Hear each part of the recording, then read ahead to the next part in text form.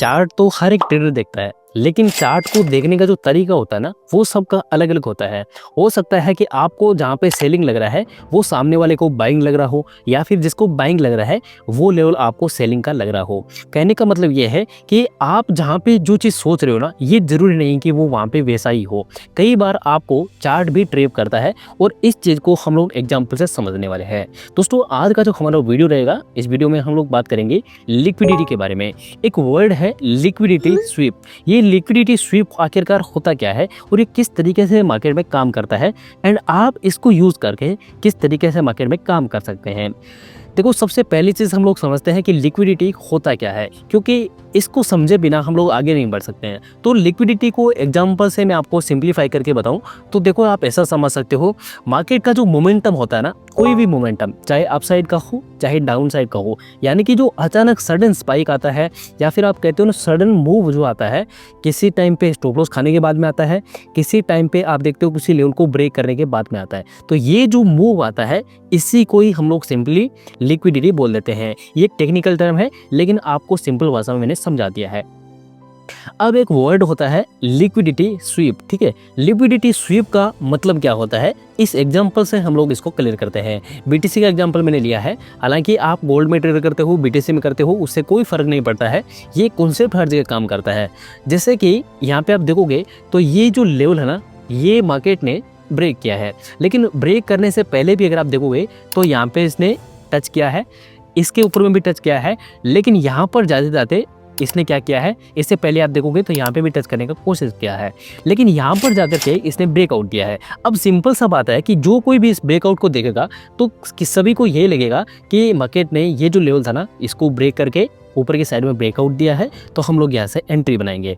सब लोग यहाँ से एंट्री बनाएंगे, इसके नीचे सबका एसएल होगा, और ऊपर के साइड में अपना लॉन्ग जो पोर्शन है उसको होल्ड रखेंगे। लेकिन मार्केट क्या करेगा, अब देखो ये जो लेवल है ना, इसको वो स्वीप कर देगा। ये जो एग्जांपल है ना, ये है लिक्विडिटी स्वीप का। कहने का मतलब है कि जितने भी बायर्स थे ना, वो सब के सब ट्रेप हो गए। किसकी वजह से? लिक्विडिटी स्वीप हो गया। इसको हम लोग बोलते हैं लिक्विडिटी स्वीप, यानी कि जो आप सोच रहे हो उसका उल्टा प्राइस ने कर दिया, और यहाँ से आप देखो तो एक पूरा का पूरा डाउन ट्रेंड मार्केट ने क्रिएट कर दिया।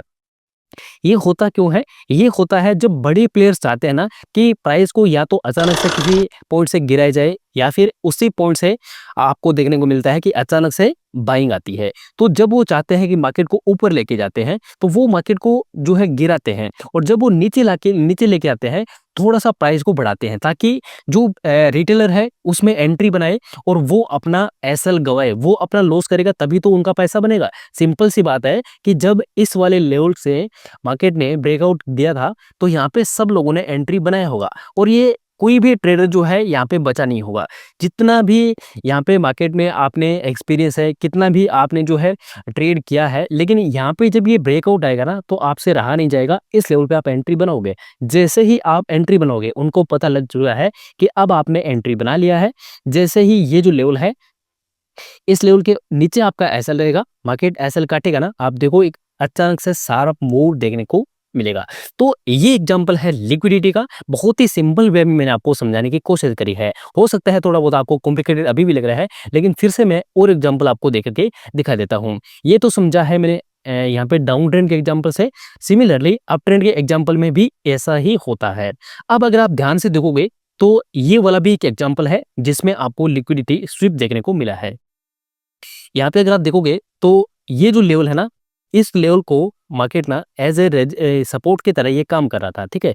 लेकिन यहाँ पर जाते जाते इस लेवल को मार्केट ने ब्रेक कर दिया। अब जैसे ही ये लेवल ब्रेक हुआ, ब्रेक होने के तुरंत बाद में आप देखो तो यहाँ पे सब लोगों ने एंट्री बना लिया होगा, और सब लोगों का एसएल मैक्सिमम इस लेवल के ऊपर में है। एंड उसके बाद में आप देखो ये पूरा का पूरा लिक्विडिटी स्वीप करके मार्केट ऊपर की तरफ में भाग गया है। सो ओवरऑल कहने का मतलब ये है कि जब भी आप एंट्री बनाओ तो मेक श्योर करो कि सिर्फ आप प्राइजेशन को मत देखो। आप बहुत सारी चीजें होती है, जैसे कि वॉल्यूम हो गया, कुछ एक ऐसे इंडिकेटर ईएमए वगैरह हो गया। अगर आप इंडियन मार्केट में ट्रेड करते हो तो आप जो है जैसे कि ऑप्शन चेन वगैरह का भी यूज कर सकते हो, और ये कंफर्म कर सकते हो कि हाँ, अब मार्केट में जो है मूव आने वाला है, किस साइड में आप जो है ट्रैप होने से बच सकते हो। बाकी देखो कभी न कभी तो आप मार्केट के चपेट में आओगे, भले ही आप कितने ही बढ़िया ट्रेडर हो, आप इससे बच नहीं सकते हैं। बेसिकली आप ये भी समझ सकते हो कि जो लिक्विडिटी स्वीप होता है ना, ये सपोर्ट रेजिस्टेंस की तरह ही काम करता है। जो भी मान लो सपोर्ट या रेजिस्टेंस को मार्केट ब्रेक कर रहा है ना, उसके ऊपर में अगर वो सस्टेन नहीं कर रहा है, तो जिसको हम लोग फर्स्ट ब्रेकआउट कहते हैं ना, ये उसी की तरह ही एग्जिट काम करता है, ठीक है? उससे मिलता-जुलता ही आप समझ सकते हो। अगर आपको ये कॉन्सेप्ट अच्छा लगा है, कुछ नया सीखने को मिला है, तो वीडियो को लाइक कर देना और बहुत सारे वीडियोज़ इस चैनल पे आने वाले हैं, तो ज़रूर से इस चैनल को सब्सक्राइब कर लेना।